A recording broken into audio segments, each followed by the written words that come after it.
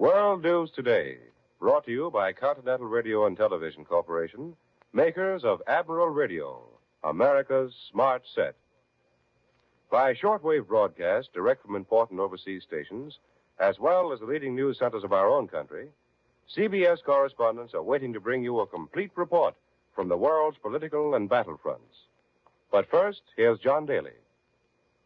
Heavy Allied air activity in Europe, in Africa, and in the Pacific is making secure the hard-won hold on the initiative that the United Nations have gained on all the fronts of this war. In French North Africa, the political situation has held the center of the stage. But every day, the military reports have told the story of Allied flyers pounding at the Axis supply ports and strafing and bombing Axis land communications. This is the all-important preliminary to any all-out land offensive. British planes bombed and machine-gunned enemy vehicles on the roads leading from the port of Sfax in Tunisia, and other Allied airmen continued to hammer at Axis targets around the clock. The raids were carried out by the new Bisley planes of the Royal Air Force. Meanwhile, French headquarters announced that French troops fighting northwest of Cairo had seized several important points near Jebel de Babou. And now, for the news direct from French North Africa, Admiral Radio takes you to CBS Algiers' Charles Collingwood reporting.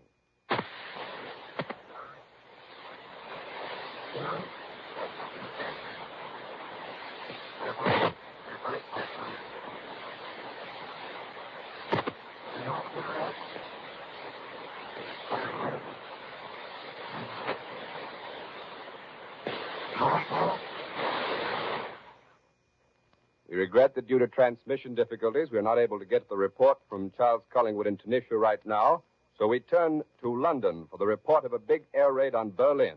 For the details, Admiral Radio takes you now to CBS London, Bob Trout reporting. London expects to get the details of last night's raid on Berlin sometime after midnight tonight, British time. So far, what we know about the Royal Air Force attack is that a strong force of heavy British bombers dropped a great weight of bombs on Berlin, and large fires were seen from the air. One bomber is missing from the strong force. Last night's was the 54th Royal Air Force raid on Berlin. The 53rd was made on a night in November 1941. So, you see, Berlin went through the whole year of 1942 without a raid from the Royal Air Force, but the Russians were over Berlin a number of times. However, those early raids on Berlin were on a small scale, a very different operation from the kind that is now considered a normal raid, made on the principles of concentration and saturation of defenses, made with greater numbers of big four-engine bombers with their bombs of 4,000 pounds and 8,000 pounds. Those old raids were usually directed against single, important war targets. Railroad stations, for instance, factories and power plants. If British bombers fly the most direct route to Berlin from this country, they have to cover some 1,200 miles, much of the journey over enemy territory. When the Royal Air Force planes arrive at the German capital, they have to face very powerful defenses. Still, from last night's raid, only one British plane is missing. London was glad to get today's Cairo communique telling us of the opening of a new phase of the Battle of Tripolitania, but London was not surprised. Those strange German reports put out yesterday about fierce battles in which the Axis forces had stopped the Eighth Army bore a strong resemblance to those fake German reports which were put out back at El Agheila. This latest forward drive of the Eighth Army began at 7 o'clock Friday morning, and the latest reports in London are that the forward movement has been uninterrupted, and the British have advanced some 40 or 50 miles from Wadi Zemzem. A British correspondent at the front with General Montgomery's forces says that the start of the Eighth Army's new drive is the biggest moment since El Alamein. And now back to New York and John Daly. More news in just a moment, but first here's Warren Sweeney with a word from Admiral Radio. Several days ago, one of the CBS reporters heard on this program, Charles Collingwood, gave the world its first news of the French royalist plot to establish a monarchy in North Africa. Right now, you are listening to the dramatic story of history-making events. And in months to come, radio will give you every step in the complete defeat of the Axis. There's a story you won't want to miss. And the one way to make sure of hearing every single chapter is to take care of your radio. For you won't be able to get a new set until after the complete story is told. At present, your Admiral dealer can put almost any radio in perfect shape, regardless of make or condition. But as the weeks roll by, new parts will become increasingly difficult to obtain. So the wise man will call his Admiral dealer now and have minor adjustments made before vital parts are too far gone to be repaired. Remember, your radio set is a precious instrument, your only way of hearing the story of the battles as they're fought. And remember also, your Admiral dealer is the expert who will do everything possible to keep your radio in tip-top shape for the duration. Admiral dealers have the facilities, the knowledge, and the backing of Admiral. In peacetime, the world's largest manufacturer of radio phonograph combinations with automatic record changers. Now, here once again, for Admiral Radio, is John Daly. Now, for news of the situation along the Pacific war fronts, Admiral Radio takes you after a few seconds' pause to CBS Australia, William J. Dunn reporting.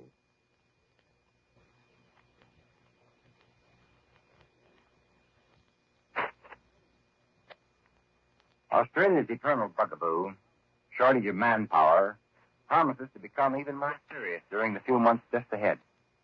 Prime Minister Curtin's statement that at least about 210,000 persons will be needed for war work or active service within the next 6 months poses a situation which he himself described as of utmost gravity. 210,000 persons doesn't sound so large when considered in the light of America's population. But in a nation of 7 million, where more than 1 out of every 10 persons is wearing the uniform of the Army, the Navy, the Air Force, or one of the women's auxiliaries, it's a staggering order. Actually, 210,000 Australians is a proportion equal of nearly 4 million Americans. And when America reaches its 4th year of war, 4 million able-bodied men and women not already working for the war effort will be hard to find. The Prime Minister is frank in his admission that the answer to this problem has not yet been found. But unless the answer is found, the probable alternatives are curtailment of war production or starting the services of reinforcements, he said. General Sir Thomas Blamey, commander of the Allied land forces in the Southwest Pacific area, in a radio talk to Australia a few hours ago, warned against any feeling that our signal success in Papua meant that the Japanese menace to Australia has ended. He praised the joint work of the American and Australian soldier in the Buna campaign, but predicted that Japan is still anxious to eliminate Australia as a possible Allied base from which a successful offensive might be launched. He pointed out that in New Guinea, the peril of tropical diseases was even more deadly than the menace of the Japanese. This is William J. Dunn in Australia. I return you to CBS in New York.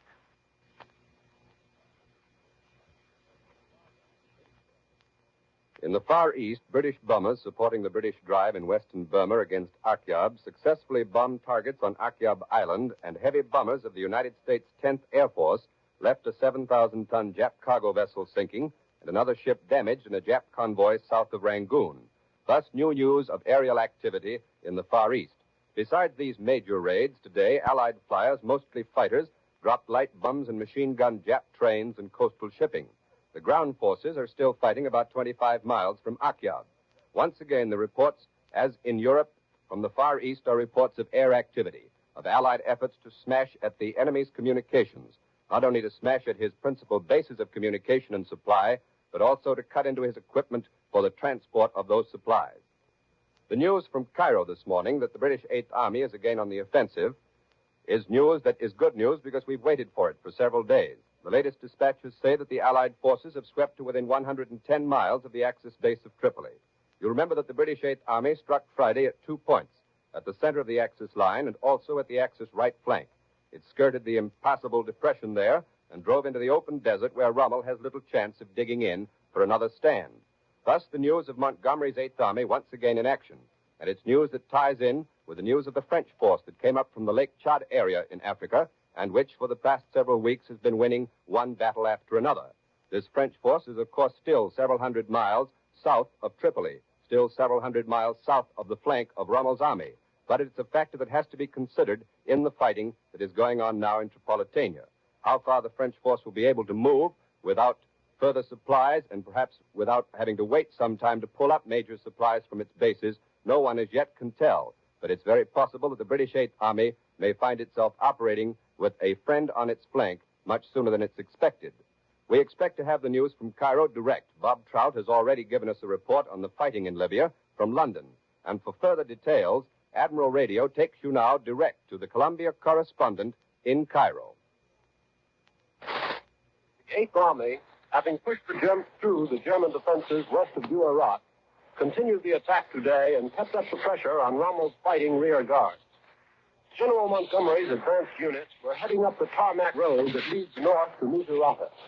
They were striking across hard desert to the west and northwest. They were pursuing the enemy in three directions, while supply columns with fuel and ammunition were piling after them. Latest reports placed British forward troops on a line that runs roughly east to west across 50 miles of Tripolitanian Plateau. The westernmost point on that line is due south of Homs. The battle that picked the Africa Corps out of the WWII area on Friday night was the first head-on clash the British have had with the enemy since Alamein. But it was not a large-scale battle. Rommel did not pit his whole strength against us.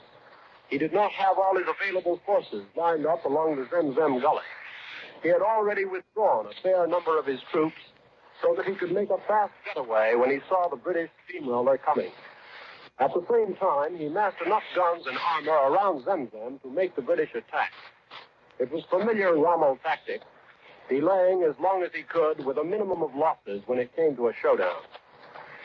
British troops are now rampant in open desert, and I imagine Rommel will have a harder time now than he did at the Gala in keeping the place littered with minefields.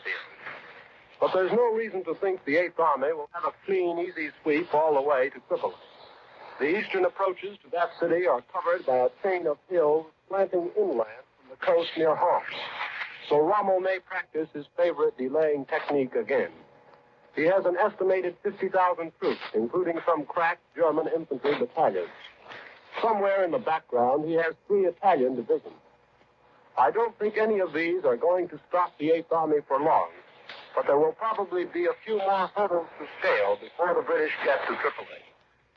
This is Winston Burdett in Cairo. I return you now to CBS in New York. Again, we turn to the Pacific for some intimate glimpses of the war in that theater.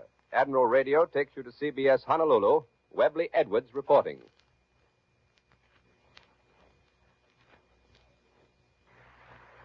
Share of the credit for the capture and retention of our base in Guadalcanal must go to the American fighter plane squadron. Just returned to Pearl Harbor are 2 young naval officers who actually controlled many of the spectacular combats in the skies above the Solomons. These are Commander John H. Griffin of Annapolis, Maryland, who directed fighter operations for the carrier, and Ensign William Knoll of Pasadena, California, who directed Marine, Navy, and Army fighter groups out of Guadalcanal. Commander Griffin, is your carrier still doing her stuff against the Japs? She sure is. Her boys are knocking the Zeros and Kawanishis for a loop every time they can find them. They tell us you fellows have been shooting them down at a rate of 4 or 5 to 1 down there. How do you account for this? The main reasons are better pilots with lots of armor in the seats of their pants. The good old Grumman Wildcat is a sturdy airplane, and plenty of 50-caliber machine guns don't do any harm either. In fleet operations such as those we have just been through, the accuracy and volume of our ship's anti-aircraft fire is another powerful factor on our side. In what recent battle did you observe these factors most effectively combined? In the off the Santa Cruz Islands, on our squadrons and anti-aircraft knocked down more than 100 Jap planes. Do you expect important carrier battles in the future? Certainly. We've got to wipe out the Japs' carriers before we hit him where he lives. Commander, do you recall any particular incident that typifies the makeup of our flyers? Yes. One day when our force was being shadowed by a 4-engine Kawanishi, I directed the combat patrol to attack. In a few minutes, both the Jap and our patrol disappeared from view. I was getting pretty anxious about the result of the chase, but I hated to bother our fighters by asking unnecessary questions when I knew they were plenty busy. When I could restrain myself no longer, I asked the leader, "What's the dope? Any luck?" He came right back with a model 4-word report. Kawanishi found and down. Commander, did your force have a hand in turning the Japs back in the big battles around Savo Island in November? Our battleships, cruisers, and destroyers did, of course, and our air group dished out plenty of damage on their own. Our dive bombers and torpedo planes got in their licks on the transports, and the fighters sure knocked down their share of the Zeros. Bill Knoll can tell you more about the operation down at Guadalcanal. How about that, Bill? Every pilot did a great job, and I think that General Woods of the Marine Corps deserves a lot of credit. It was a wonderful example of a unified command.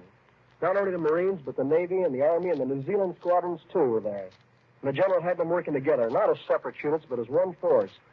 Attack groups often consisted of Navy torpedo planes and Army bombers, escorted by combined Navy and Marine fighters.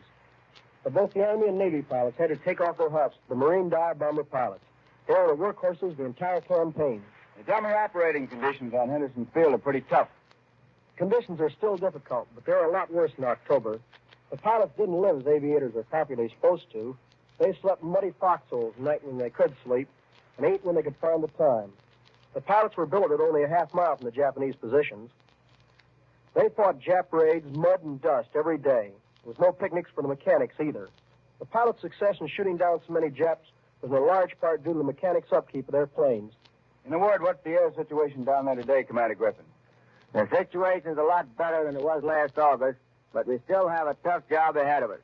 Our boys who are meeting the Japs over the Solomons every day must have a continuous flow of planes, ships, and supplies.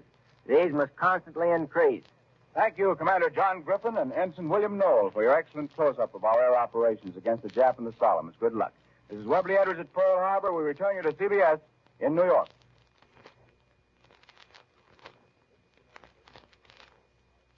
Biggest United Nations successes are still in Russia. For that story, here is Larry Lasser, Columbia's correspondent who recently returned from Moscow. The ice of the frozen river Don is blotched with red today, and Adolf Hitler's prestige among the German people, and above all within the German army, is being struck the first of many blows from which it will never recover. Those red banner armies of Russia are surging back over the white blanketed wheat fields of the Soviet Southwest, and the rich black earth which Hitler's conquered last summer, at such a cost of blood and machines, is slipping from the frozen fingers of his armies at a rate which astounds everyone, except the Russians. In that red-walled citadel set up in the center of snowy Moscow, called the Kremlin, the Russian High Command is planning its moves as carefully as on a chessboard. And today, with a smashing move against the remnants of Hitler's crack Fifth Army trapped outside Stalingrad, they are calling checkmate on Hitler's last summer offensive against the Volga and its chief city, Stalingrad. From every side, the heavy-booted, fur-hatted peasant army of Russia is pouring fire into the 75,000 Germans and Romanians who have been not denied any way of escape. Here, the trapped Germans are holding 60,000 starving Russian peasants and workers as hostages. Many persons have forgotten the great migration of Russian factories and workers from the conquered lands last year, but the workers haven't forgotten. Settled now in new homes east of the Volga, in the Urals and Siberia, their factories are now turning out equipment which is making the present Russian offensive possible. And with every step that they advance, the Red Army is winning back for its wives and mothers in the factories the richest agricultural lands in all Europe. Every foot of this blood-soaked black earth will grow food for Russia next spring. The Russians make a practice of never announcing an offensive until it's achieved some success. But there are rumors that they are moving to free Leningrad at the long end of the battle line. Just a year ago today, I talked to the Russian general who will play a great role in this gigantic task. Dark, incisive-looking General Gavorov, smasher of the Finnish Mannerheim land, the artillery expert who cracked the German stronghold at Mozháysk. I talked to him in the smoking ruins of Mozháysk, 60 miles in front of Moscow. He said, "We are counting on our allies, and until they are ready, we will give the invaders no rest until they are finally driven across the frontiers of Russia." There are many news developments at home today also. For that news, Admiral Radio takes you next to CBS Washington, Lee White reporting. If you look at your calendar, you'll find, as I did, that March 15th is only 8 weeks hence. And unless Congress gets busy and passes some plan for paying as you go between now and then, March 15th is liable to cause a breakdown in our tax collecting machinery. The Treasury says everyone's got to make his return and arrange for lump or quarterly payment of his taxes between now and March 15th, or take the customary consequences in the form of a cash penalty. But many people, especially here in Washington, are certain that some form of pay-as-you-go will last, and they're not planning to make any income tax returns until it is. This means that the Treasury is going to have an even greater number of delinquencies this year than heretofore expected. In order to avoid a muddle over taxes, therefore, many congressmen have suddenly decided that pay-as-you-go has got to be given priority over all other pending legislation. Members of the House Ways and Means Committee are now considering a plan to separate pay-as-you-go from other taxation measures and rush it through Congress as quickly as possible. Other legislation due to receive priority has to do with the 48-hour week. Senator Reed of Kansas, with strong Republican backing, has just presented a resolution to repeal the wage and hour law and return to the 48-hour working week. Walter Reuter of the United Auto Workers is also advocating a 48-hour week, and so is Secretary of Labor Perkins, but with a difference. Mr. Reuter would retain the wage and hour law and guarantee 48 hours of employment every week to every worker. There's no fresh news about the Pennsylvania strike, which will be over tomorrow. There was an communique at 1 o'clock. It reports continued American bombings of the enemy airdrome at Munda in the Solomons and another Japanese bombing of our own positions on Guadalcanal. Some casualties were suffered among our troops, the Navy says, but material damage was slight, and our troops continued to advance despite the stiffening enemy resistance. I now return you to CBS New York and John Daly. And now Admiral Radio brings you Columbia's military expert, Major George Fielding Elliott. The British Eighth Army has struck boldly and apparently with great power in the direction of the Axis base at Tripoli.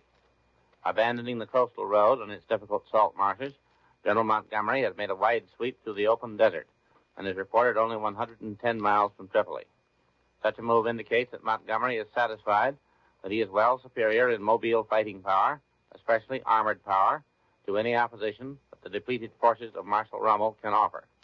Montgomery is a hard-headed, tough soldier who does not take reckless chances. His drive for Tripoli bypasses the German position at Misurata, which will be hopelessly isolated if Montgomery reaches the coast at Tripoli or anywhere between Tripoli and Misurata. This means that Misurata will probably fall into British hands and will then form an excellent advance base for the British, as is the first good harbor west, that is, the first point at which the British Navy could resume its work of supplying Montgomery's army on a large scale. Hence, Montgomery must have collected the supplies and equipment needed for his present push by using the long, weary desert road from Cyrenaica, and this accounts for the long pause in his operations. Meanwhile, the Allied air forces at the port of Tripoli, which has made it difficult for Rommel to build up his own strength through that harbor. And now Warren Sweeney with a word from Admiral Radio. These next few seconds might be used in describing the new Admiral radios to be made after peace has come. But right now, all Admiral facilities are devoted to producing radio equipment for America's war effort, most of it under direct supervision of the Army Signal Corps. And Admiral would like to pass along a little of the respect it feels for this great branch of our fighting forces. The United States Army has the finest communications equipment in the world, not by accident, but because the Army Signal Corps has worked night and day through peace and war to devise, invent, and improve communications equipment. The search for better signal equipment started with the first Chief Signal Officer America had, Albert Meyer, who devised wigwag communication, and the search still goes on. Every piece of equipment accepted must be better than the piece which went before. Small wonder, then, that Admiral considers it a privilege to work with the Army Signal Corps. For Admiral has always had that same aim, to make better and better radio equipment, an aim which will continue after the smoke of battle is cleared, when Admiral will again produce fine radios for American homes. Admiral Radios, America's smart set. A 2-cent bullet can stop a Nazi in his tracks. So how about buying a few bullets for our boys to shoot? 5 for a 10-cent war stamp. And those war stamps will fill that stamp book you started and forgot. Fill it. Change it for an interest-bearing war bond. Come on, America. There's 100 million partially filled stamp books lying around. Let's fill them completely this week. World News Today is brought to you each Sunday at this hour by Continental Radio and Television Corporation, makers of Admiral Radio, America's smart set. Be sure to listen again next Sunday when Admiral brings you World News Today by shortwave direct from the leading news centers of the world. This is the Columbia Broadcasting System. Our next news broadcast will be at 4:45 this afternoon. This is the WBBM Air Theater, your station in the Wrigley Building, Chicago.